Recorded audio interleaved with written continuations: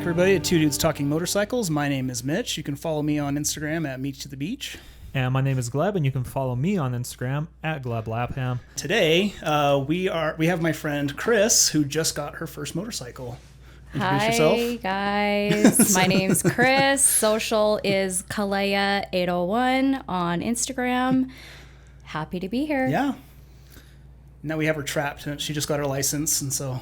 Yeah. Now you're in the community, so to say. Yep. But Cris, you just got your first, or you just finished a motorcycle safety course. Yeah. Was it last weekend? 2 weekends ago? Yeah, it was about 2 weekends ago. 2 weekends tomorrow. ago. Okay. Yeah. So you're fresh, brand new rider, but you have had experience on the motorcycle before, right? Before this. So before this, I was always on the back seat. So it was more of... do I just give a little bit of the history of it? Yeah, just whatever you talk share. like your experience with motorcycles before. Yeah, so my dad, when I was in high school, had a BMW K1200 LTC, and one of my all-time favorite memories with him was we took a trip on the bike down to Bullfrog Lake Powell, and there was just kind of something after that, just how it feels to be on a bike, as loud as it is, everything internally is quiet. And kind of fell in love with it from there. My early 20s, I dated a few guys that were into the different things. One of them was into motocross and the bullet bikes and racing. We would do a lot of trips out through the loop, what you do through out through Saltaire down to Eagle Mountain. Oh, yeah. And around up there. So we would do that quite a bit. Dated another guy that was big into Harleys, so... had a feel of some different bikes, and then I had the honor and privilege of riding Her Majesty a couple of years back when you and I went to the arts festival, and that's right. Yeah, she's a bougie girl, but she has a lot of fun. It's a lot. Yeah, so Nick's got a Triumph Speed Triple, which is a lot of fun to ride. So this is kind of my dive into being the actual driver instead of the back seat. Nice. So welcome to the club. Yeah. Thanks. Yeah, that's awesome. Does it feel pretty good? It's a whole roller coaster of emotions, if I'm going to be honest. Yeah. It's nerve-wracking, it's empowering, it's freeing, and it's a whole different type of emotional adrenaline, I guess you could call it in a way. Yeah. But nice. Yeah, it's a lot of fun. That's awesome. Well, yeah, that's pretty sweet. And then now that you're able to finally ride on your own, do you have a bike already lined up? I actually bought her last weekend. Okay, awesome. Nice. What did you get, Cris? I got a Yamaha MT-03. Very nice. The funny thing that I learned for everybody out there, what year is yours? Is it a Yamaha MT-03? What year? Yeah, she's a 2024. She had 5 miles on her, so brand new one. Yeah, awesome. They modified her with a Yoshi exhaust pipe and the fender. With a tail tidy. Yeah. Awesome. The fender eliminator on her. So she's went up to Centerville and checked out Young Power Motors, and Chad helped me. He was fantastic, and he had me look at the KTM Duke 300 first, because that was something similar to what I had done the MSF course with. Yeah. Okay, very cool. Just didn't really feel like the one. And so I was walking through, found the Yamaha, and the minute he turned her on, she just purred in the right way, and it felt great to be on her. So, but yeah, the funny thing is that because I wasn't fully licensed then, Nick had to take her for a test drive for me. So I'm buying a bike based off of his judgment, but he had a pretty good feel for what I would like. And you and I had done a lot of research before and talked a lot about it. Yeah, so we've been talking about it for all years now, Cris, and you finally got around to it. I know. I mean, you know what, Mitch? You always have these fantastic ideas, and sometimes I'm right on board, and sometimes I'm a little late to the game. Yeah, dragging your feet on this one. So. Have you had a chance to ride your bike so I have. far? Okay. Yeah. So got her last week Saturday. Nick had to drive it off the lot for me. There's nothing like seeing your bike being ridden in front of you. It's a weird feeling, the biggest tease in the world. It was. But I mean, she looked good. Good. And paid for her in full, and I just had this look on my face of I need a drink. It's still a decent chunk of cash. Yeah. That's a good chunk of change. Yeah. I mean, it's the best kind of therapy you can invest in, right? 100%. Yeah. So last week, Sunday, took her over to the high school that's close to me and just practiced some of the exercises and the routines that the instructors had put us through and really just got comfortable with her. And then last night, took her out again in a church parking lot, and it was a lot of fun, but man, you don't really notice inclines until you're on a bike. Yeah. So it's finding that sweet spot in the friction zone of getting her there. So that's kind of been my new practice. I'm probably going to give myself a couple more weeks before I take her out on the actual roads. I'm going to do more neighborhood and more of the church parking lots, just really practice those evasive maneuvers and get a feel for her. Yeah. And like, are you planning, or I don't know if you've thought about it, but like when you set out on the road for the first time on your bike, are you going to do it by yourself, or do you want like Nick there or somebody with you? I need training wheels. So. Well, that's what you're doing right now. Yeah. No, it'll be I'm probably going to say my first few rides, either him riding behind me or you riding we'll meet up at a coffee shop eventually, but I'm definitely going to do kind of the biggest thing for me is getting to the grocery store and then eventually making it down to my dad's house. And he's expressed how excited he is that I've got a bike and wants to go on a ride together. So I really got to practice, but I'm out west. So there's Mountain View, Bacchus, Bangerter. There's a lot of those, which will be good practice, but there's so much construction going on right now. It's a little nerve-wracking to say. I bet. Yeah. It took me, when I got my first bike, I actually had a friend like bring a trailer and drive down with me so I can haul it back to my house, because I was like, I'm too scared to ride on the freeway. So I bought it in Salt Lake. I live up in Ogden, and I was like, it's too soon to drive on the freeway. So I think it's totally fine to like take it slow, get a good feel for it before heading out on like bigger and bigger roads. Yeah. There's a lot to keep track of. Yeah. Well, and like with my first bike, I was bougie. I had them deliver it to my house when I bought my first bike. The last thing you want is for you to tip it over before you even get home. If if you hadn't ridden a motorcycle since you were like a kid, right? Like a dirt bike, and then you buy this thing with your own money, and it's like, no, I don't want to drive that home.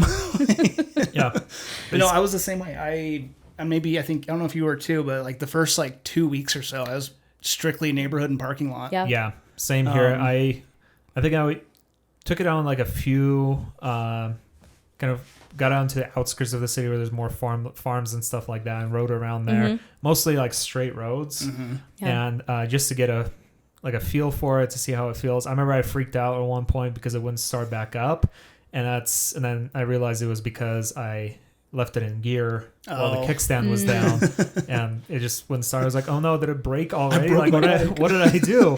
And I quickly Googled it, and it was like, kickstand's down. I was like, okay, that'll do it. That makes sense. Yeah. So let's talk about the MSF a little bit. So you signed up for the MSF. Yep. When you first got there, what was kind of going through your head? Fuck. What did I just do? What am I getting myself into? What if I fail? This is just way too much. But it was just took one step on the course, and the minute I saw the bikes, it was, this just feels right. Yeah. Once you first got onto the bike, what was going through your head? Were you still as nervous? Were you kind of like, okay, this feels like I can do this. I got this. So the thing I love about the MSF course is they do a lot of practice getting on the bike, getting off the bike, on the bike, off the bike, kickstand up, just those basics. So it starts to build that memory in you. And before they had any of us turn it on, we practiced maybe 5 or 6 times just to get the feel of pull the brake in, bike up. And eventually when they finally had us turn it on, hearing the hum of the bike and just turn on, it made me hyper focus. And it was okay. I'm here. There's a machine between my legs. Yeah, it was all right. This is a lot of, it was a lot at first, but I also kind of went in with no expectations. It was, these guys have been riding for years. They have built a phenomenal course. I'm not going to leave here without at least learning a few things, even if I fail. Yeah. And I remember too, when I took mine, if you were to fail too, like they offer like a discounted like retake too. So it's like a little bit, like it's still money. It sucks. You got to take another weekend, but if you did, there's like no pressure really. It's just like, I just got to pay. Sucks to pay, but it's just a little bit extra cash. So, go ahead. Oh, I was just going to ask, like, so did they like let you guys pick out your bikes? Like what did you pick for your MSF? And then like, why did you pick that one? I know why I picked what I picked, but why did you? Yeah. So before each of us we were pretty much assigned a bike, and it was based off of what we were looking at. So I told the instructors I was looking at getting a Yamaha MT-03, and so they put me on a KTM Duke 200. Sweet. Okay. So it was the closest one similar to them, and that type of bike. Yeah. And so each one of us, it was whatever we were at least familiar with or something that we were considering. They tried to find something comparable, and it was nice because they had all different kinds. And then one of the girls the next day was actually pretty cool. She had already bought her bike. She ended up getting a Honda Rebel like yours. And so for the second day of the course, her boyfriend actually dropped it off and they let her swap it out. Oh, nice. And it was perfect. So she was already getting familiar with something that she owned. Yeah, with her bike. Because the one that she had, the handlebars were a little bit too hard and she was struggling with it, but she did great on it. Awesome. Just really quick, I wanted to ask too, like you talked about that girl. How big was your class? So we had 9. We had 9 in my class. Oh, cool. And when it came to the riding evaluation on the second day, another guy came back because he was doing the 650 cc's and higher. Oh, nice. Oh, yeah. So we had 9 in our class. There was 4 women, 5 men. And we were all age ranges. There was a kid as young as 17. And there was a mom that had just turned 50. That's awesome. So we had a really good diverse class. And that's really cool. Yeah, it was a lot of fun. Nice. Yeah. Did you also test for the 650, or are you going to come back? Not yet. No, I want to at least get familiar with my baby bike. Totally understandable. Yeah, we'll get a little familiar with her, and then eventually we'll see what's next in store. It is kind of, I don't know if you've experienced the same thing, but it is pretty jarring because I passed my final test on the little Suzuki van that they gave me. It's a little 200cc bike. And then they stuck me on a 650cc DRZ, which is a tall dual sport. And it was pretty... It's like probably taller than mine. It's taller than his bike. Yeah. And the power difference is noticeable. It's noticeable. It's like you give it a throttle and you're just like, oh, this thing takes off. But also because that bike was so much taller, I was like struggling. It was like scary. I'm like, oh, I'm going to make this tight turn on this really tall bike. I'm like, this thing's going to tip over. Yeah. You know, what's funny about that is like, cause I have it. We have tall bikes now. Yeah. Right. And I've been really bad this year with riding season kicking up. It's like, oh, I got to go practice slow speed. We talked about it in like the last episode, I think, you know, but then talking to you, I'm like, okay, I'm going to take 15, 20 minutes. And I went and found a parking lot.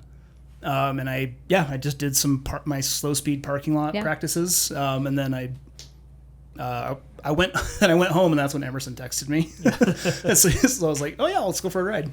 Yeah. No, it was interesting in my class because there were 2 of the guys plus the guy that came back the next day that were testing for the 650 plus, or for the 650 plus. So the first day and all of the tests that we did, they had the 2 guys on the lower CCs, but then when it came to the riding evaluation, they had to do it at the higher. Yeah. But it also kind of worked out in their benefit because they noticed a big difference in it, so they let them do it a couple times. Yeah, I remember. I think they let me kind of do some loops around like the course with it, and kind of get a feel for it before I actually could test. And they're like, okay, whenever you're ready, like you can test it, which was really nice because, like I said, there was a big difference in power between the bikes. And there was 2 very different bikes, too, which didn't help either. Yeah, I got really lucky on that 650 test thing because I know I've told it to you and mentioned it on the show. I don't know if I ever told you. because I was in the same boat. It's like, oh, I'm so new to this. I don't know. Like, I don't need a 650 right now. I'm just going to focus on the basic, you know? Yeah. And that's what I did. I didn't take the 650 test, but they marked me pass on the 650. You skate by. So I'm like, well, the state's not going to care. Yeah, So I'm yeah. like, and yeah, you know, I had my little 500 for 8 months or so, and then I found the scrambler, and yeah, it was fine. So that worked out in your favor. It kind of well. did, yeah. So yeah. So when you first, when you got to the class, what was like your biggest concern, other than like obviously like not passing and stuff? Because I think that's probably everyone's biggest concern. Yeah. What was like going through your head? Like, what were you like most concerned about, like getting the hang of or finding tricky? Was there anything like specific that you're like, I'm not sure if I'm going to be able to do this part or that part? I think the first two things I was nervous about was accidentally mixing up clutch and throttle and running it into a tree or hitting one of the instructors. That's the last thing I wanted to do. And part of it was I'm 5'4", so I'm super, super short, and just unintentionally knocking over the bike, or the bike falls over. So those were my two biggest things. But again, I went in with, I'm kind of here. I have no idea, besides kind of what you and I had talked about from your experience. It was, I don't know what's going to happen, but I know my experience there was definitely a lot different for your guys, weather-wise, I'll say. Oh, yeah, it was pretty bad weekend for you, wasn't it, for weather? Yeah, it was. Saturday was a mixture of rain and snow. Oof. And you don't really think about how cold your hands are until you're trying to constantly operate the clutch and the throttle and everything and not shiver for a full day of class. Yeah, and it's definitely noticeable. Yeah, actually, that's actually really nice for an MSF environment, because the first time I experienced like cold, numb hands or being cold on the shivering on the bike, I was driving through Parley's Canyon to meet you for a ride, and I was like, this is the first time I'm like, oh, it's really cold. It's a different. It was a lot. So I think that's really awesome that you actually got that experience. You got to see what it's really like for some days when you're riding. Yeah. Well, and the second day, it was we ended up having to finish the first day earlier just because there was another huge storm coming in. But the second day, it was so windy. So you learned how to balance and work with the wind as it's coming in, with going straight and the turns. So I felt a little bit more confident in the elements are against me. That's very good. Yeah. But it's I'm learning on a bike that's not mine, so it's okay if it tips over. That's true. That's very true. It's a learner bike. It's meant to be dropped, right? Like, I can handle like cold and heat. Well, can you? I don't like heat. Yeah, you can. But I'll still ride in it and stuff. I'm fine with the cold and stuff. Wind, I hate wind. In any activity I do, not just motorcycling, but like snowboarding, hiking, like anything like that. Wind completely ruins my day for me. It can be hot or cold, and I'll just put up with it. Wind, though, I'm like, this is the worst. Annoying. Yeah, it gets so annoying. And on the bike, like those crosswinds, when they hit you, you feel it. You feel it. You feel I don't the know. Bike just like weaving back and forth. So I'll tell you guys, when when we did the day trip down to Alberta, the beginning of this month. I'm glad I was hanging on to Nick because we had that semi pass us. Yeah, you got that air blast. I was not expecting it, and I was at least holding on to him, but it was, oh my God. Well, it hits you. Well, I was going to ask. It's completely different. Well, and I was going to ask, like, if you even, like, noticed that air blast as a passenger, but, like, I'm willing to, I've never been a passenger. Yeah. But I'm willing to bet when you're the rider and a semi's going to pass you like that, it's going to be more violent than what you were used to as a passenger. Yeah. Would be my guess. Well, and as the passenger, you're not as mentally, physically focused. You're just along for the ride. Yeah, I'm just enjoying the scenes, looking around left and right, just in my own head. But I'm kind of happy that at that moment when I saw it coming, it was, brace yourself, because it does. it hits, and I was terrified of my helmet hitting his, or I think that's float off the bike.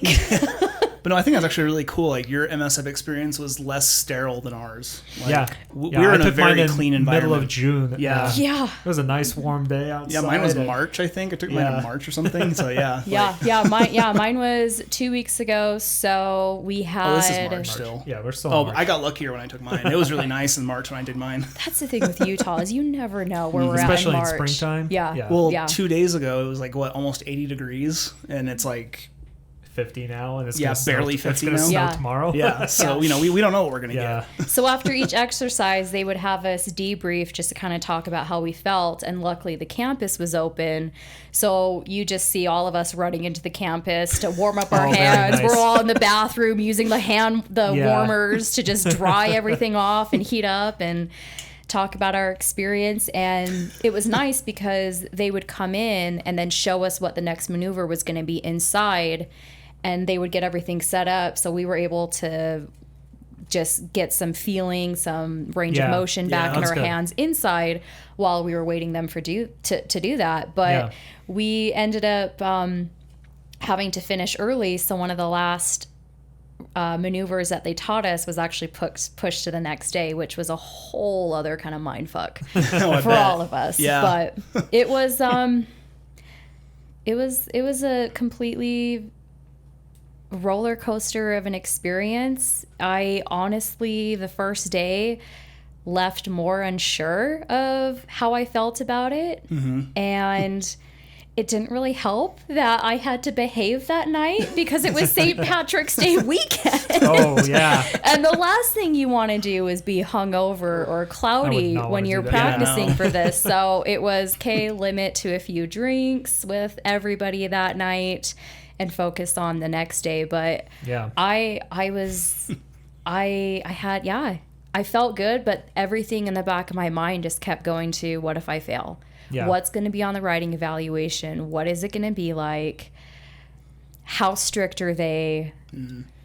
But and how were they? How were the coaches? Oh my gosh, I was so blessed with the most phenomenal coaches. So I had Ed, who is a legend from what all the other MSF instructors have said. I've got a few friends that used to teach the classes. Does he have like white, longish hair?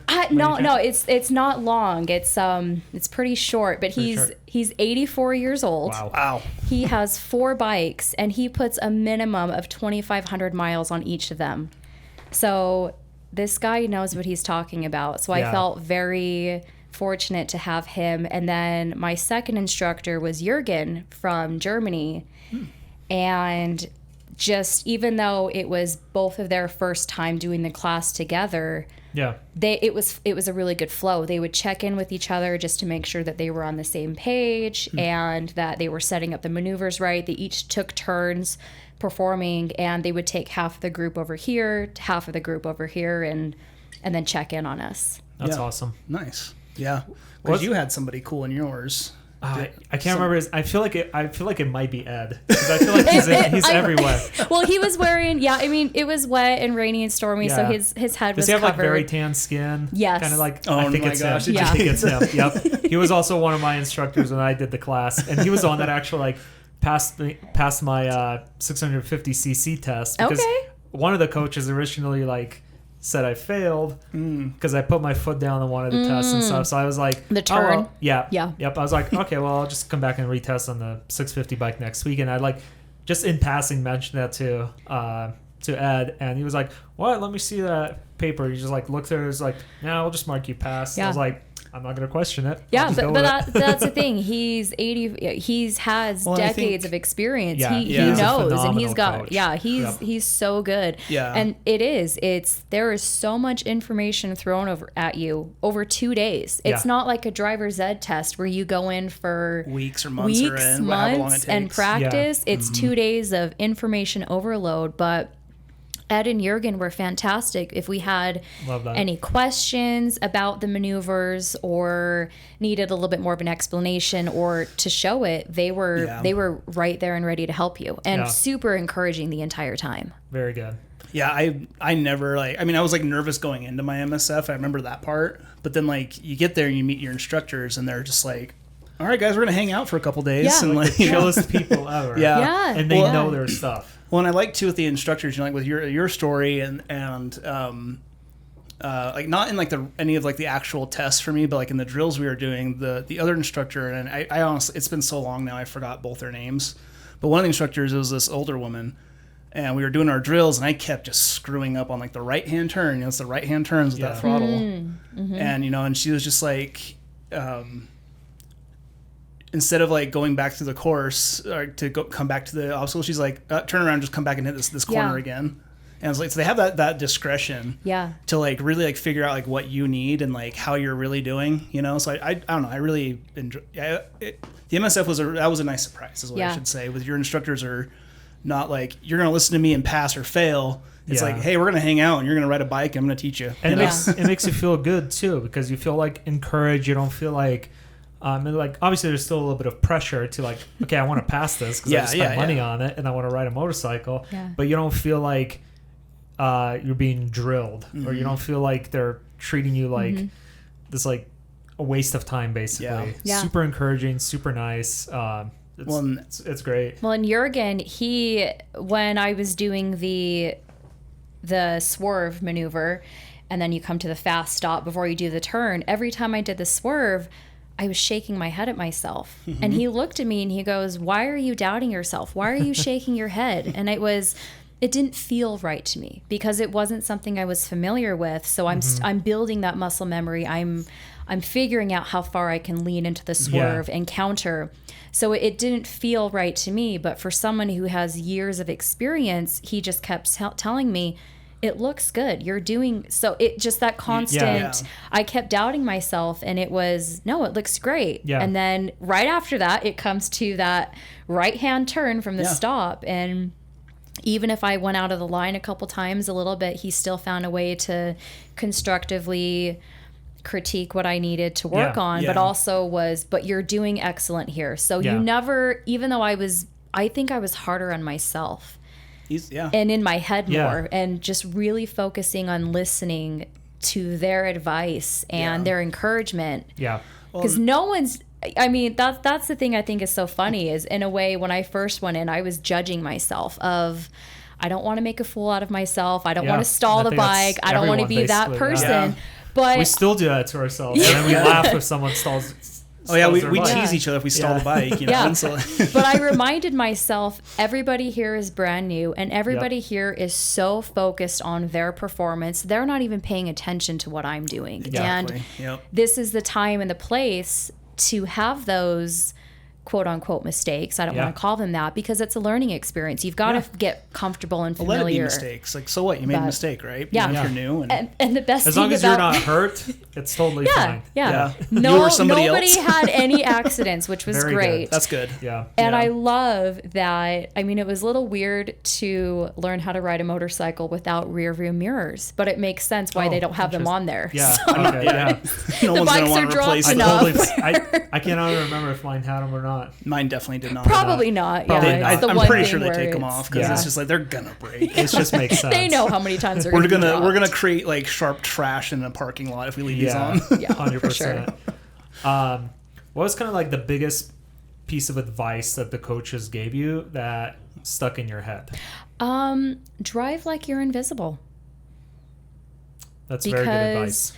Yep. You are. And I'm sorry, but I don't know what's happened in the last few years in Utah, but drivers are more and more oblivious and aggressive than ever. And so the biggest thing is, as a motorcyclist, it is so much more mentally and physically exhausting on you, because you have to be alert for any potential hazard that is coming in any direction, and you're not protected by walls of steel. Nope. And so I loved that it was drive like you're invisible. Mm-hmm.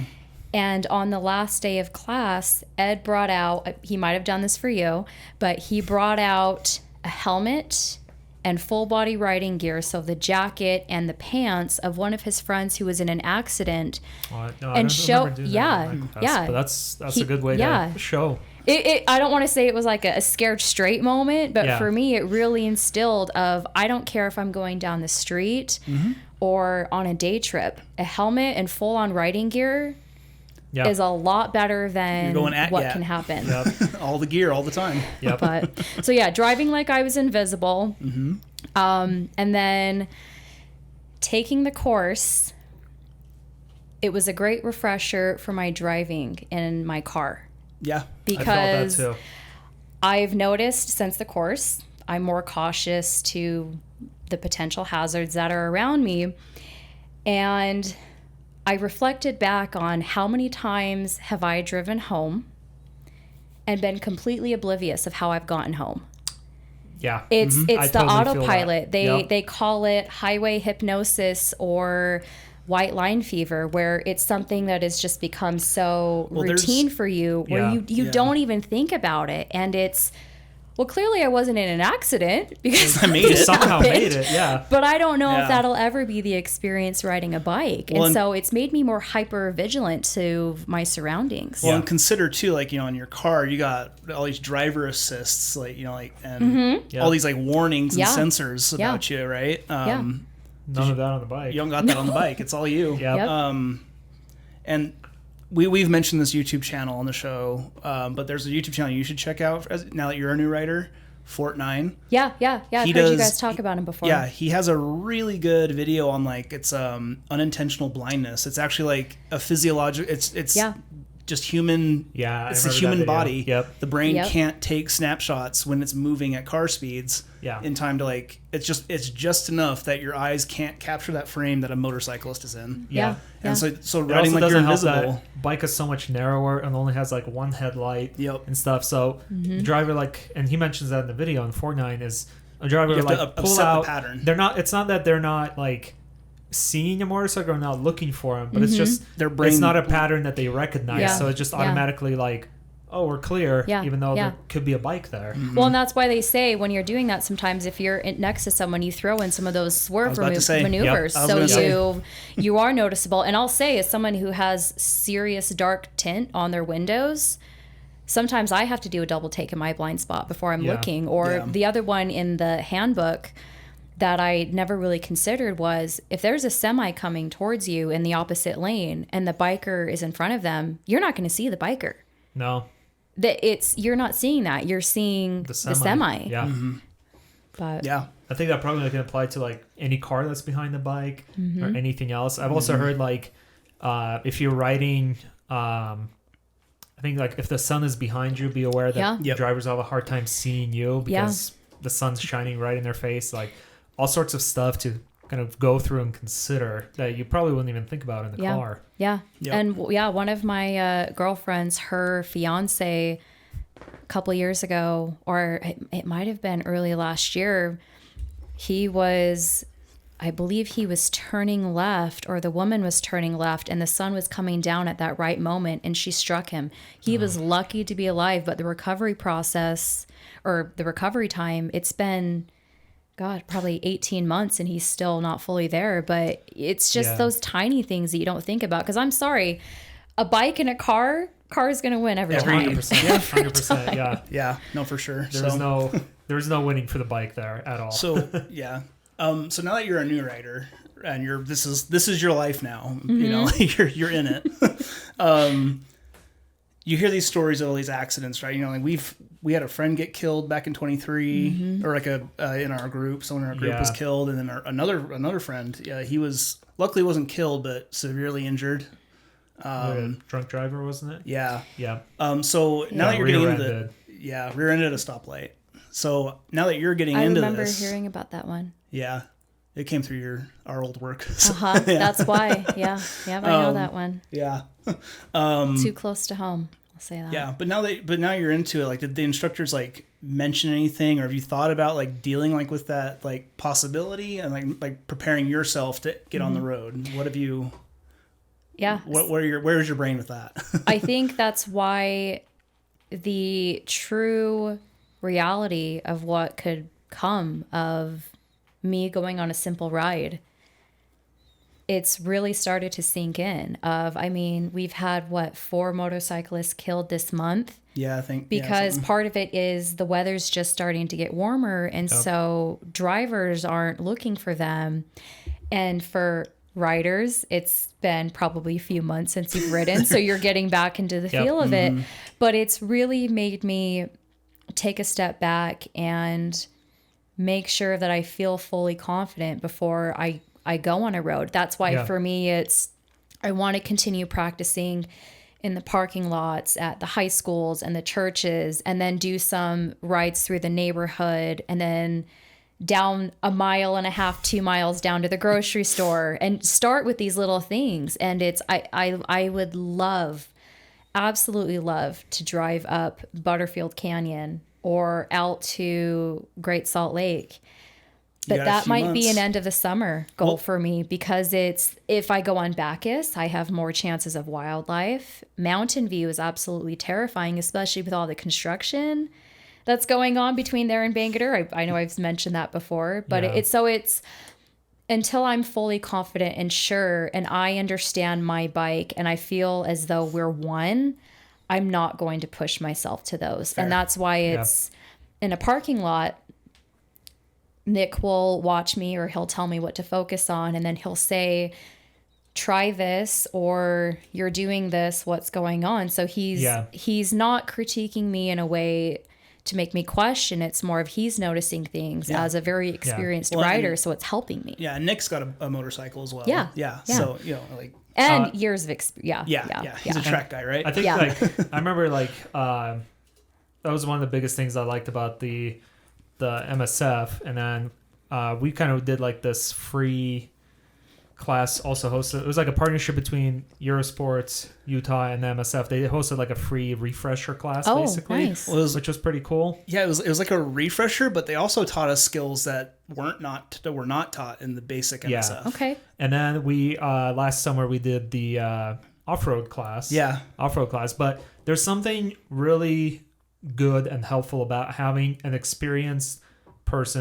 rider observe you, like a third-party observer, kind of watching you from afar do what you're doing on your bike, and then point out hey, you could be improving on this, or I was noticing you're doing this, and try it this way.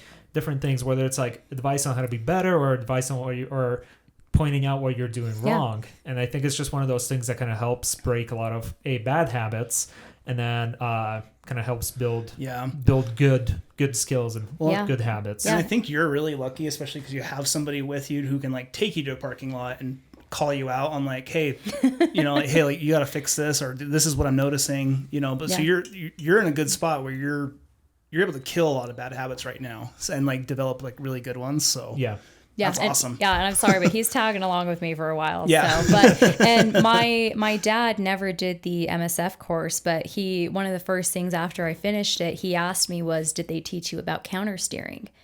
And it was, Does that make sense? Yep. And he goes, I'm happy that my body kind of just took over, because him and my stepmom at the time, they went on a trip and went down to Alberta, and then went west, which is that the way that you guys went?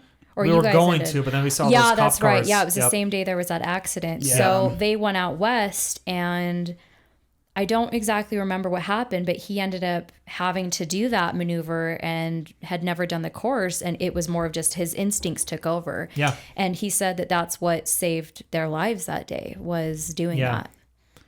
It's such a good class. Yeah. It's just so good to have those skills. And then another thing I liked about it too was I knew that this was something I'd always wanted to do, but being able to take the class for 2 days and test drive the bikes in a way, it made me really think and consider, is this something that I want to do? I mean, it was something I always envisioned and felt for, but in a way you get to kind of test drive it without having to... Oh, sorry, I'll let you finish. Sorry. I lost my thought. We're good. I was going to say, I think back when we first started this podcast, we had an episode on beginner, starting to ride, beginning ride. Mm-hmm. And one of the advice we always give, and I give it to people that are interested, is if you're not sure if you're going to like motorcycling, take them MSF. If you don't like it, cool, you wasted maybe 150, 200 bucks, and then you just never do it. Or you do like it, and then you just, go get a bike. Yeah. And it's a good way to kind of test the waters to even see if it's something for you. That's basically why I took it initially, because I do want to ride a bike, but I don't even know if I'm going to like being on one. Maybe I just don't get a hang of it. Yeah, I mean, even back in my MSF, I'm glad to hear no one quit yours or anything. Like with mine, we had, I think, 2 people leave throughout the 2 days. Wow. The first person, he left, and he was on like the DRZ. He was on his big old bike, and he was like a bigger guy, but he was like probably 18, 19, I think. Yeah. And we did like that one like little intro thing of like just friction zone across the parking lot and back. Yeah. Mm-hmm. One round of that, and he got off the bike, and he says like, I can't do it. He didn't stall the bike or anything. I just, something got to him, and it's like it's like, hey, maybe he figured out he didn't want to do it. Yeah. Or maybe like whatever he was dealing with, because again, this was during the pandemic. Yeah. So I hope he went out and got a motorcycle and he's happy, but I also hope he's happy if he realized that it wasn't for him. Yeah. Yeah. And that's the thing I loved about my group was we were psyching ourselves out, because after every maneuver, we kept asking, do you guys think this is going to be on the test? And we would check with the instructors. So how much are you grading us? Or what's going to be on there? What do we need? And they kept just reassuring us, don't worry about it. You guys are all going to be fine. Yep. And my group, we bonded. We had so much fun. We were laughing and just really, we got to know each other really well. And I think the thing that kind of helped us was we were all so far in our heads that we were kind of trauma bonding. I'm going to call it. It was a trauma bonding experience. But one of the girls I absolutely adored, I have over a decade on her, and she is... Was this the rebel girl? Yes. Okay, yeah. She is so wise beyond her years, because I kept panicking about what if I don't pass? And she goes, I've accepted that if I don't pass, it means I'm not ready at this time. But it doesn't mean it's not something I can do in the future. And it was... That's some solid advice. That's some really good advice for... Yeah, she's got 10 years on you? You got 10 years on her? I have over a decade on her, and she... Good on her. Yeah, she's wise beyond her years, because for me it was... I have such a fear of failure, and it's if I fail, then it's not meant for me. But I loved her perspective of it's just not right now. But I knew she was going to pass it, because her boyfriend rode and she already got the bike. But she really grounded me, and all of us together, we seriously did. We trauma bonded, and we found ways to encourage each other and just really push each other of, no, you've got this, you got this, we're going to do great. No one is failing here. We are all completing this course together. Yeah. That's awesome. And since we're on the topic of the test and passing the test, leading up to the test, what was going through your head? Were you the first one to go, or were you kind of middle of the pack? Thank God, no. And I will tell you why. They probably didn't have me go the first. So there I was. Coming close to the end of the first day, they had me be the lead on one of the courses.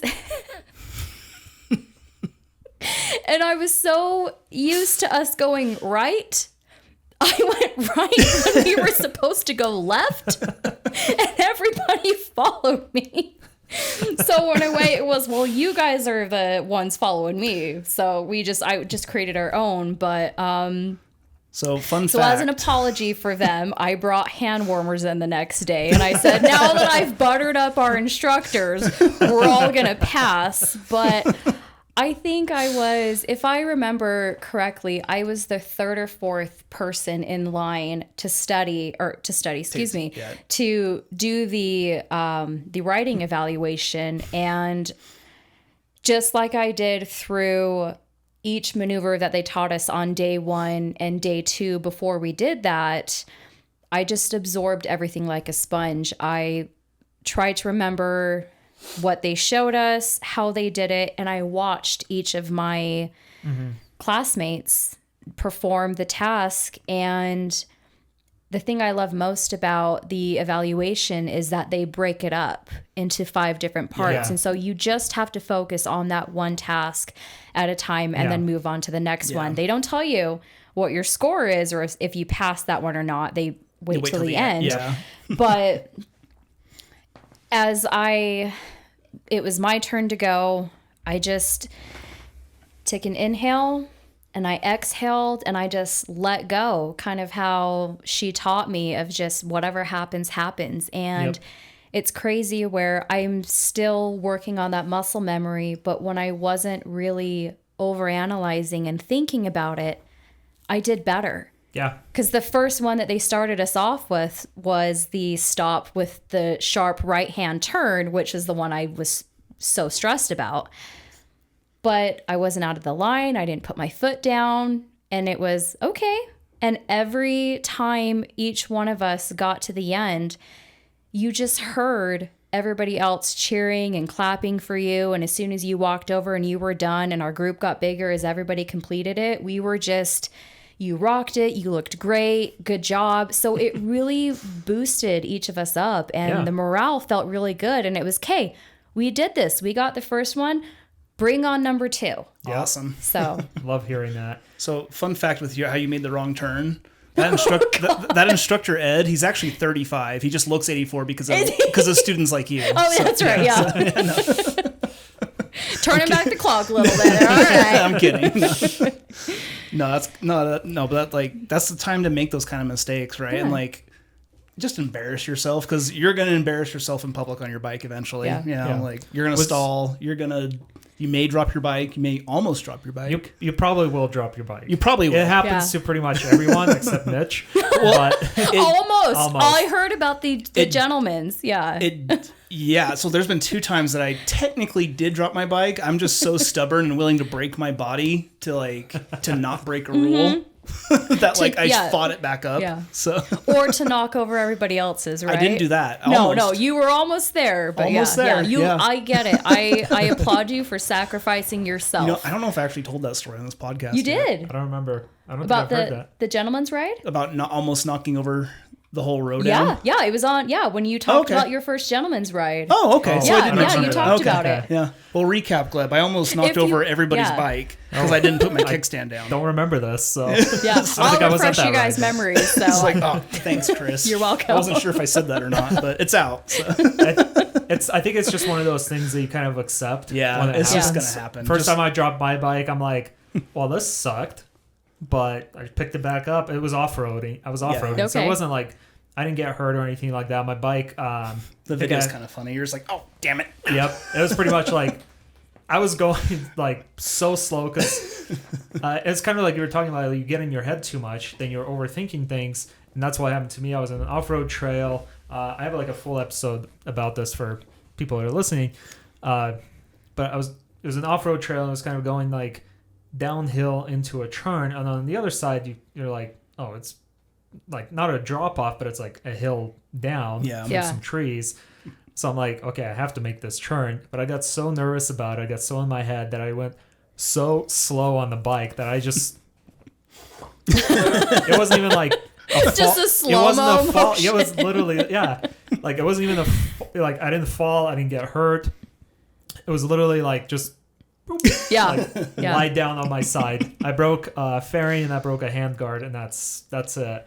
So no damage, no like permanent damage to the bike, no permanent damage to myself. I was wearing all my gear, so my bike fell on my leg, and you had your big off-road boots. I had my big like touring adventure boots, and they kind of just held the bike up off my actual leg. So that's why I love that they encouraged wear over the ankle. Mm-hmm. I never really thought about it until he told us some stories about... Well, you even got your motorcycle shoes on, and it's all ankle protection. Yeah. You know, and they're comfy. And I remember like hearing somewhere that that's like one of the most common injuries, especially for new riders, because you're more likely to drop your bike, and that's the first thing that's gonna get hurt is your foot. And I think that what causes that for new riders too is like exactly what I did. I tried to save it. I didn't step off the bike. Yeah.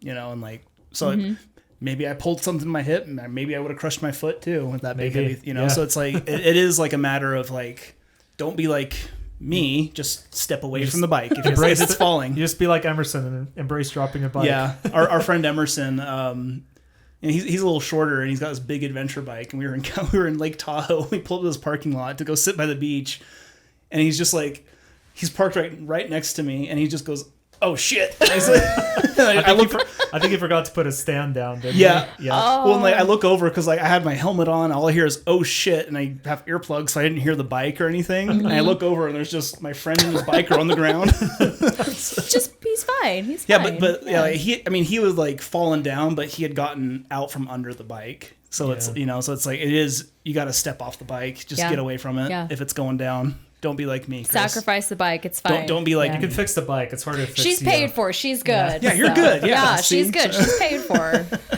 But you passed your class. Obviously. I did. How did it feel when you finally got your score and found out that you passed? It didn't feel real. I'm gonna say part of it was a relief, but then it was also honestly, it was just so surreal. It was cool. What do I do now? But the nice thing was all of us passed. That's awesome. Good. But I was excited, but it was also, I think we were still all kind of in the shock and the trauma of what did we just get ourselves into? Yeah. And I'm going to tell you, trying to drive home afterwards, it was a little, my hands are on the steering wheel, but I feel like I need to be reaching for the throttle and the clutch. It was kind of weird driving home in my car. Yeah, to go from operating a motorcycle for an all-day class to getting back into my car, it was, I don't know what I'm supposed to do with this hand besides put it here. Yeah. Wait, where are my feet? But yeah, I passed it and took the written test on Wednesday. So that was just a couple days ago. Yeah, right? a couple so days now you're ago. Officially licensed. I am officially licensed. You can hit the road. As at your own convenience. We're gonna be fine. But yeah, and even that, when I passed the written test and got my new temporary license with the M on there, it looked at it and it was, I feel like I should be more excited, but I think I'm just more in my head in a way of just really mentally preparing for what's to come and building that bond with my bike to where we are one. And just yesterday practicing the maneuvers, I was doing the weaves in and out and I was able to test her more of I can lean further than I thought. So I really want to get comfortable with her before. Yeah.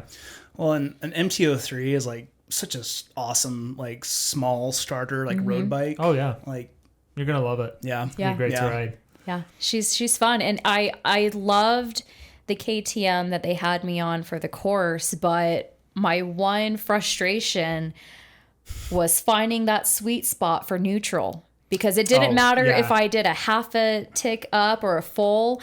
She had a mind of her own. So half of the time when we're waiting our turn to do the maneuvers, I'm having to hold down the clutch and keep it in first. Because you can't find neutral. Because I couldn't, I found neutral when I didn't want to. A few times, but in a way it was kind of a good experience, because it was, well, this is sometimes what happens with a bike. Instead of getting frustrated, work with what you got. And the KTM, finding that sweet spot, she revved and she was a little bit more jerky than what my bike is now. So I really am happy with my choice of what I chose. And I know eventually I might move up to a higher CC or even go from a sports to a cruiser or a touring. But right now it's the sport is kind of my adventure. Yeah. It's a great bike to learn on. Yeah. This is like I think an MT-03, and it's tuned so nice too, that even though it's like a little 300, like we were saying before we recorded, like I think you're going to have plenty of time to really grow into it and figure it out. And then Nick talked her out on her speed on the freeway. But so it was, she's kind of gutsy. A lot of fun too. You can have on a small bike. Yeah. By like revving it out and stuff. Because you can't do that on a bigger bike, because then you're breaking the law like immediately. You're going too fast for the road. But on a smaller bike, you can really just give it a good bit of throttle and get it going. In our other episode, like just to turn it on me for a second. When we talked about in one episode, like our first ride, like I realized I was going too fast. And same thing riding this week. I'm like, I'm in second gear, but I'm like going like 40-ish mile, 40, 50 miles an hour. And I shift up. I was like, oh, it's 60 now. Yeah. So I got this big bike and like, I can't shift through my gears, all my gears. And maybe I'm just starting to notice that now, or I don't know what's different about this year. I've had it for a long time, but on your small bike. Yeah, for me, I can be... Because it's a 6-speed, right? Yeah, but for me, I'm only going maybe 20, 25, and she's already in third gear. It's crazy. But that's one thing that he noticed as well was how high you have to shift up into it. So it's... Yeah, on a bike like that, like you got so much like room in your rev range to... Yeah. And as you kind of like, if you do try like bikes in the future, like different bikes, if you decide to upgrade, you'll notice that like a lot of bikes have different like characteristics basically on like when you want to upshift, where they feel like what rev range they feel like good at or like proper at. Like we rode the $35,000 Panigale, Ducati Panigale, which is that thing a got 210 horsepower bike that weighs less than 400 pounds. It's too. I was too scared to even like touch the throttle too much. I don't think I ever got that bike into third gear properly. I don't think so either. I think I tried it and I was like, oh nope. Yeah, but the weird thing is like limits, that's a bike that wants to go fast. So when you're like kind of pulling up to a stoplight, it just feels like a little like a little jerky. It's like you're going too slow. What are you doing? So but, yeah. And I know we didn't prepare this question, and we don't really have to go too much over it. But I want to know because I'm biased. You know, I like my bikes, and you showed me the MT-03 that you got, and I sent you like a couple links. I think I sent you one for like a Triumph Trident for around the same price. For your skill level where you're at, like what other bikes did you compare? Did you like consider the Triumph? Did you like look at what other options did you? Why did you land on your MT-03 versus what else you looked at? Yeah, well, I know you and I had talked a lot about the different styles and stuff, and I didn't want to like steer you in any directions. Like find what you want, but here's some stuff. Yeah, I love and that's what it was. Is I talked with you. I talked with. I hope you talked with Nick. I mean, he rides a motorcycle too. He knows for sure. But I talked with M. I talked with Sammy. A couple of my other friends who ride that are all in the different ones, and I really loved the style of the Honda Rebel. But it was I don't know if I'm ready necessarily for that cruiser type. And before I set myself on the MT-03, I was really focused on the KTM Duke 300. I love the way that it looked, and it kind of had the 390. Is that? Yeah. But I loved how the look of the bike, and it just. I Googled just the starter bikes for women, just to kind of get a feel of what was kind of common for us. And when you mentioned you're 5'4", right? Yeah, so I'm tiny. So it was, and then it was, I loved that they had Harleys for women that were into that, or these different ones. And it was, that's not my journey yet. They're a lot of fun, but I'm in kind of this Is Cris going to turn into a Harley boy? They're a lot of fun. They're fun. I love all of them. And I talked with one girlfriend who I wouldn't necessarily... She's in a group of women who ride, and the Lady Bells. Lady Bells, I believe it's the Lady Bells. And it's not one where they're specific to any bike. Yeah. They are inclusive to... It's you and your bike that shows up. We don't care. And so I had talked with her about different styles. This is what I'm looking at. And I really first set my eyes on the Yamaha just because it looked similar to that KTM, but it didn't seem as intimidating at first. Yeah.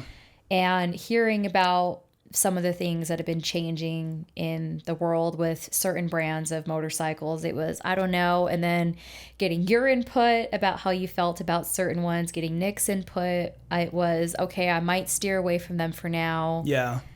And... Cool. Yeah, and I mean, I'm happy, and I was on the Duke 200 for my class, and then M gave me the best advice ever. She said, go up to Centerville and just sit on the bike and really get a feel for it, and then you'll know. And well, even like before you were even like signed up for the MSF, you talked about your interest in motorcycles, and we talked about like, well, come with me sometime to like the dealership and just sit on shit. Just figure out what you like, and like sit on bikes you can't afford, and sit on ones you can't afford. I mean, so when we had to drop off his bike last fall, there was a Ducati there. I don't remember which one it was, but I fell in love with it, and I think this bike was $35,000. So it was. That sounds like the Panigale. It sounds like Ducati, sounds like right? The but she was a beautiful bike, and it was eventually I'll get there. Yeah. Maybe. But the other thing is I love the style of the bike that I have because it is a little bit more sporty. But I also kind of love that World War II 1940s look to it. So I was even considering an Indian for a while. Their Scouts are pretty cool. The Scouts are nice. Beautiful looking bikes. And there was another, I can't remember the name of it, that when we were up in Centerville, this thing was gold and black specs all around. Just is it a Royal Enfield? I think I don't. Was it a BMW? Bigger bike? No, it was an Indian. Oh, it was an Indian. It was an Indian. Yeah, it was an Indian, and he actually saw it and was kind of going from, I think I might want to go from Triumph to Indian now. Was it a cruiser, or was it more like it was a cruiser? Okay. Yeah, it was a cruiser. Interesting. But I love the way the Scouts look, and so I think maybe down the road after I've had some fun with you might switch to a cruiser. I might switch to a cruiser because she may not be the most comfortable for a long road trip down to Moab or something. Yeah. Oh yeah, a little MT-03. No, it's a little city. It's a weekend warrior thing. And this isn't even a commuter bike on the days if I want to go in office downtown. This is. Oh, you could totally take that bike downtown, though. Oh God, try and get from my house downtown in traffic. I don't trust people. Well, when you're ready, in due time, and like when you're ready, you're gonna get to the point like now you can lane filter, you can split up. You'll get there. We'll get you there. Yeah. I'll get there. So it's going to be, Mitch, I'm stopping at your house and you're going to drive me back home. We're just going to leave my bike here. I'm done. But this is just another way for me to invest in my mental health and do some of those quick weekend rides or out to Saltaire and back until then. Yeah, but that's kind of the goal, and then eventually up the canyon. So as someone who just did the motorcycle safety course, what kind of advice would you give to someone who's thinking of getting into riding? And I would like to add to that really quick, is if you're okay with just throwing it in there, is like you're new to riding, what's your advice? But also, Cris, if you don't know, you are a woman. Yes. I don't know if you're aware, but my observation. There's a few indicators. Yeah, that my I observation is on. that you may be a woman. Thank you. Appreciate that.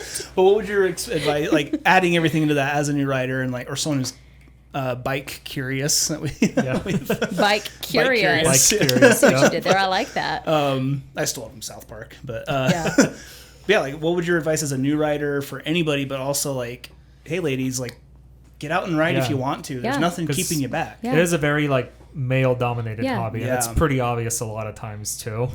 Well, and you're gonna see too. Well, my suspicion, just as a male looking outward, you may have some trouble finding gear as a woman. I think there's not a lot of selection. I mean, I think it's getting better. I feel like it's a little trickier, but I think it is trickier because I've looked at like back in the day when I thought I could convince Tessa to get on a motorcycle, I was like looking at like, oh, here's some safety gear we can get you. You'll be totally safe, but she's not interested, So it's like. Well, I mean, honestly, you're never going to look flattering in your gear, right. But I'm all about safety, and as much as I do not like the color pink, I do love that my helmet is a little bit more tailored to my island tropical side. Yeah, and for anyone watching on the YouTube portion, Cris has her showy helmet with tribal pink flower, like tropical flowers. Yeah, black, hibiscus there. So if you see me out there, give me a wave. So first off, starting with riders, regardless of gender, the biggest thing I would say is to be patient with yourself. Find a bike that feels right to you, and honestly, take the BRC class. That is the best way that you are going to know whether or not this journey is for you. And if it is, fantastic. If not, I wouldn't say it was a waste of money because you had 2 days of fun. You tried something. And you tried something new. You tried something new. You tested your limits. You learned about yourself. And if you end up taking the class, listen, ask as many questions as you need to feel comfortable with the exercise. And like I did, observe each of the people before you and doing it. Because I'm going to be honest, there was a couple of them where the lines were so faint. I didn't know where I was going, so I just kind of went on my own path. But again, like I said before earlier, just remember that no one is judging you when you take the class. We're all brand new to this. You're going to stall. It's going to happen. There's a chance that you are going to drop the bike or do something. Or fail a drill. Yeah. But this is a place where you learn it. It's better to learn all of those skills now in a safe environment and with instructors that will be able to guide you with exactly either what went wrong or talk to you about it. Yeah. So you're more in a safe space to do that. And as more targeted for the women's side, it's I believe the statistic now is 1 in 5 riders are women. And that's one thing that Ed pointed out to me in the class was that he's noticed an influx of women taking the course, and almost 50% of my class. Yeah, well, it was like 40, 60, right? Yeah. Just awesome to hear. And we were all ages. It was young as 20 into mid 50s. So it's one of the biggest things I will quote is something that Nick's grandma said. Her words of wisdom was, do it while you can. And good words. It's never too late. It's never too late to learn, and remember that it's okay to do something for yourself. I will say, as someone who has spent a lot of time in Utah, there are specific expectations or roles that we should be in. And it's okay to have those roles, but it's also okay to do something for yourself. Yeah. And it's also okay to completely deviate from the plan altogether and not live to what society has dictated as a norm. So if it feels right to you, if it's something that benefits your mental health or it's something that you're wanting to try, do it. Yeah. I'll let you finish. I'm sorry. No, go ahead. Yeah. Oh, no, I was just going to say, do you feel like now you're kind of taking your destiny or whichever into your own hands, you're deviating from the path or whichever, like you said, right? How does that feel like you're doing all that, but now you're literally putting your life in your own hands? How's that going for you? How are you coping with that as a new writer? Like, have you overcome that, or? I'm learning to give myself grace and be more patient. Fuck yeah. I'll kind of tie it back to Mitch, as you know. 2024 was quite the year of change for me. And it was a rough time. I released so much of what was no longer serving me. And I had a deep awakening where during a lot of the major changes in my life, I was doing drives after work with my fur baby. Love you, Bubba. Love you, Bubba. You're always here with me. But I was doing a lot of night drives out to Saltaire and just watching sunsets, or I was driving up Butterfield Canyon. And I realized that I had limited my abilities based on what some people said I was capable of doing. And now I'm testing those limits, and I'm saying yes to things that I've always been drawn to. I was always told you belong on the back seat, or you're not capable of doing this, or you're not strong enough, or if you do it, you're going to fail. Or even something you can't control. Like you're too short for most. Yeah. Or I'm going to call it out there a little bit. Oh, no, sorry, but an old lady belongs on the back of a bike kind of mentality. That nonsense, so right? Yeah. It's something I've always wanted to do. And as terrified as I am, this is one of my biggest purchases I've done for myself. in full. Yeah, cash. And it's also one of the biggest accomplishments that I've done for myself. Awesome. So it's... Let's go a little clapping mic. Woo woo! Thank you. But it is. It's, we have this life, and it's okay to try new things and potentially fail because you learn from it. But you also don't know how far you can push yourself or what limits you will define by doing this. And in a way, it's been great because I've had so much self-doubt and that fear of failure in myself. And now I'm learning to work on, in a way, that self-love talk of, you can do this. You don't need validation from anybody else out there. If it feels right to you, do this. And proving to myself that I can really test those boundaries of where I was limited, of this. It's freeing. It's the journey that I'm on now, and you are never defined, no matter what age you are, by it. I mean, one of the ladies in my class, she was 50 and she was starting over her life, and it was good for you. I see you and I support you on your journey. And then you have someone that I have over a decade on who was just so wise. And that's the thing I think I loved the most about my class was we all came from different backgrounds. We all had different paths of life that brought us there, but we found a way to bond and kind of build a little community amongst us. I mean, we all exchange numbers. As soon as all of us get comfortable, as soon as all of us get comfortable and are able to ride, we want to meet up at a coffee shop and check in with each other and see where we're at a month from now, 3 months from now, a year from now. Well, if you guys wanted, I don't know, Gleb, if you'd be interested, but we could even be lead and followers for their beginner group. 100%. So you guys kind of have this bubble of the road to yourselves. We'll just block you off. Yeah. No, so. I like kind of having my own private security with this. Yeah, it is though.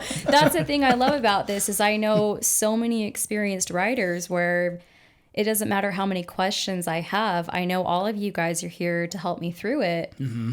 And I'm never going to feel like I'm failing because you guys have all been there. And I just want to add to that really quick. So so my perspective of it, right? When I got my license, I didn't really have that community. It was locked down. We weren't even friends at that point. We literally became friends because of our likes. And that's kind of my point, right? Is so I didn't know anybody, and I spent weeks, right? And I shit you not, my first ride out of my neighborhood, I went to a coffee shop. Mm-hmm. It's I'm gonna ride to my coffee shop, I'm gonna get a coffee, and I'm gonna ride home, right? Yeah. I was there, and there was a bunch of Harley guys there, and I'm a little Honda Rebel, right? So it looks like a cruiser, but it's a Japanese bike,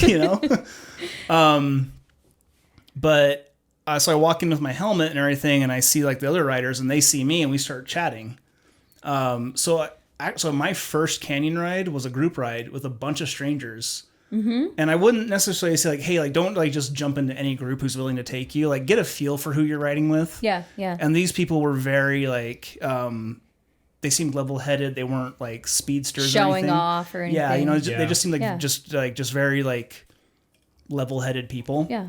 I haven't talked to them since. We went on that one group ride and these people are actually how I found out about the Distinguished Gentleman's Ride. Oh, that's amazing. And that's how I got in. I haven't talked to them since. We just kind of never really clicked like that, right?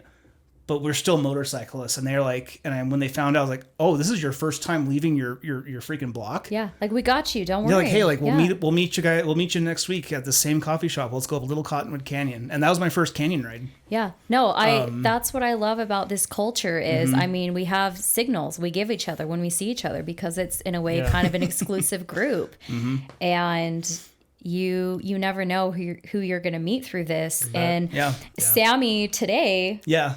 Our Sammy, right? Yeah, our Sammy. Yeah. We need to get her on too. Yes, you do. She's actually got some time under her belt now. Oh, and she's got some fun bikes. And she's done some amazing mods to it. Love you, girl.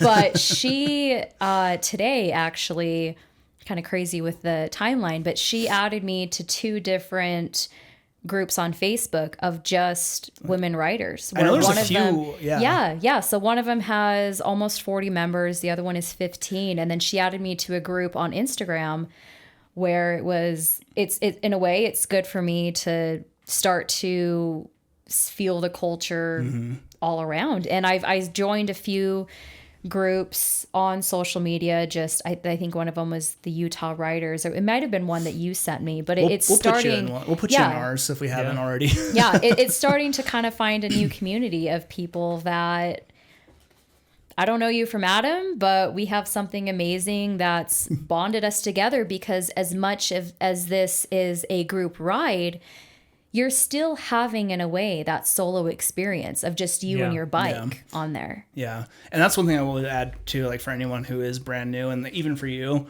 again, like I said, like, don't just jump into any group who's willing to take you, like, kind of get a feel for them. But, like, also, whichever group you end up to ride on, ride your own ride. If they're pressuring you to keep up or push your skill level, don't do it. Yeah. You're going to get hurt or killed, or you're going to get one of them hurt. Yeah. You know, or, you know, so just ride your own ride and then get a feel for your group.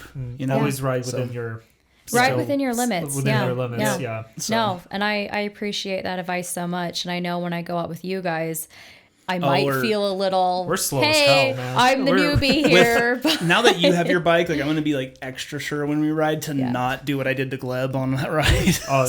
But it's fine because well, you can speed up. So you speed up and keep up. But I'm not going to do that to you. I'm not going to just take off on you. I can keep up with Mitch. I can't keep up with Emerson. No, Emerson's way too fast. I've heard the stories about his where it's, well, you guys you'll catch up with him eventually. We'll catch up with him. He's a great rider. You can probably learn a lot from him, actually. So when you meet him, he's really good. Yeah. But yeah, I think that's pretty much it. Yeah, I think Cris. Do you have anything else you want to add before we like wrap up? I was gonna say, I think Cris kind of like just gave us a really good like speech for anybody who 100%. Yeah. Thank you for coming to my TED Talk. I will humbly get off of my pedestal now. But no, this has been. God, Mitch, you've been encouraging me to do this since you did it. How long now, Cris? I know. You have fantastic ideas. Like we're chosen cousins. We are chosen cousins. Like we're friends. We are bonded for life. I told you, like, Cris, like, just like you told me everything going on. Like, just go get a bike, Cris. Yeah. Maybe what my real intention was testing it out on you to see how it was for you. See if I died. No, no, but that's what I love is I've from knowing you as long as I have. Your bike has been probably the only positive thing about my personality. I wouldn't know. No, that's plenty of others. Nowhere where I was going with it. I was going to say, I have seen just how much it has benefited your mental health, and it's given you a amazing perspective of in Utah, just the rides that you get to do through the canyons. And I love supporting you every year with your Distinguished Gentleman's Ride. I love that too. I know it's something that you look forward to, and it's something that's very near and dear to your heart. And Gleb, I look forward to getting to know you more. Likewise. Yeah. Well, and like speaking of the Distinguished Gentleman's Ride, that's coming up in May. I know. And registrations are open. And Cris, you have a bike now. If you're ready for a group. Do I have to have a fake mustache? You can do whatever you want. Maybe. Okay. I'll get a little bow tie. You've met my cat. I can make you a nice long white mustache with her hair. Yes. That's disgusting. But no, I think you put it in a very excellent way, especially being so new. And this is, I don't want to like diminish it by saying that, it is like kind of romanticized maybe, but like it's so new, but it's like a good way. You're not fantasizing it. You're not. Yeah. You're in it now. You're in it. Yeah. I fantasized this is your life, it. your danger. Yeah. It's like, so I think it's just fresh for you, and I think that's what I'm most jealous about with new writers. I mean, it is. I fantasized it for so long, but also in a way, the fact that I've pushed it out a little bit longer.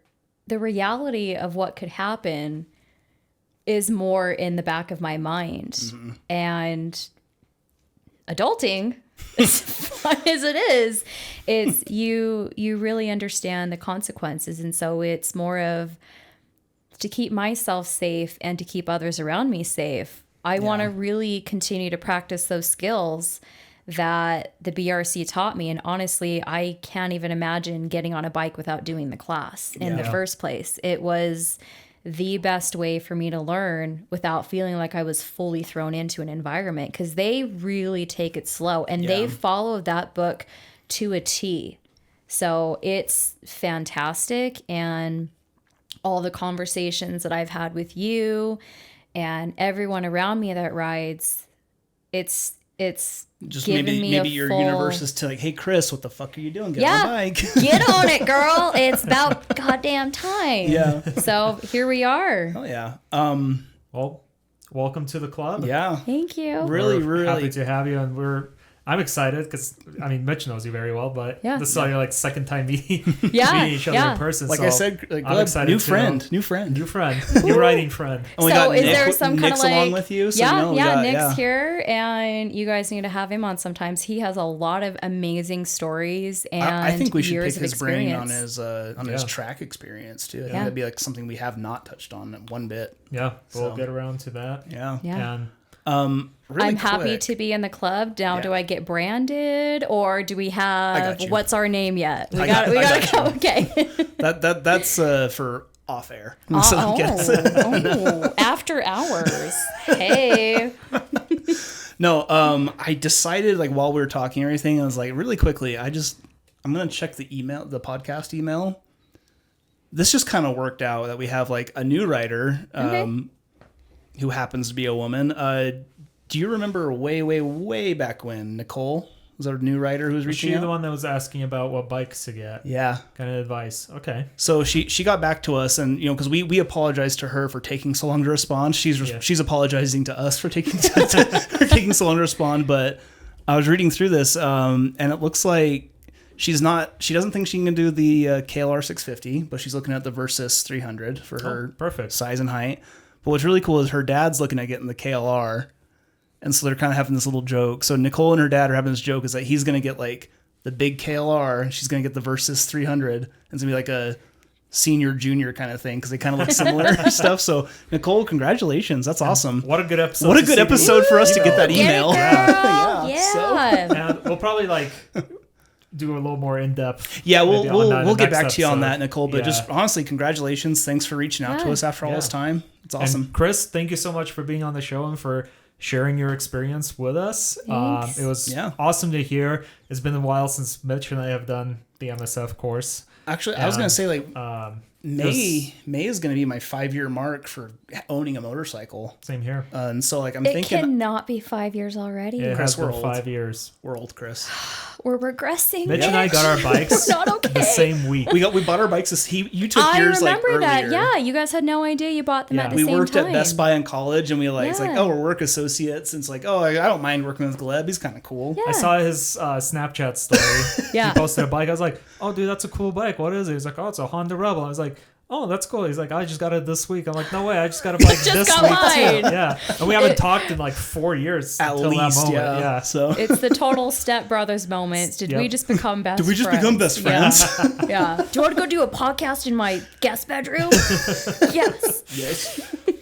But anyways, I think that's a good spot to I think it's the perfect time to end. Cris, thank you so much. This was awesome. Thank you guys. This has been great. Yeah. Look forward to touch and base later on. See how the road. We'll definitely have you back on the show again after you've gotten a few more rides in your belt and a few more experiences to share how it's going. Basically, give us a little update. Yeah, but everyone who's going to listen, they're hearing it fresh from the mouth of a brand new writer. So yeah. And everyone who's listening, for those watching on YouTube, thank you so much for listening and watching. And we'll see you in the next episode. Yeah, take care.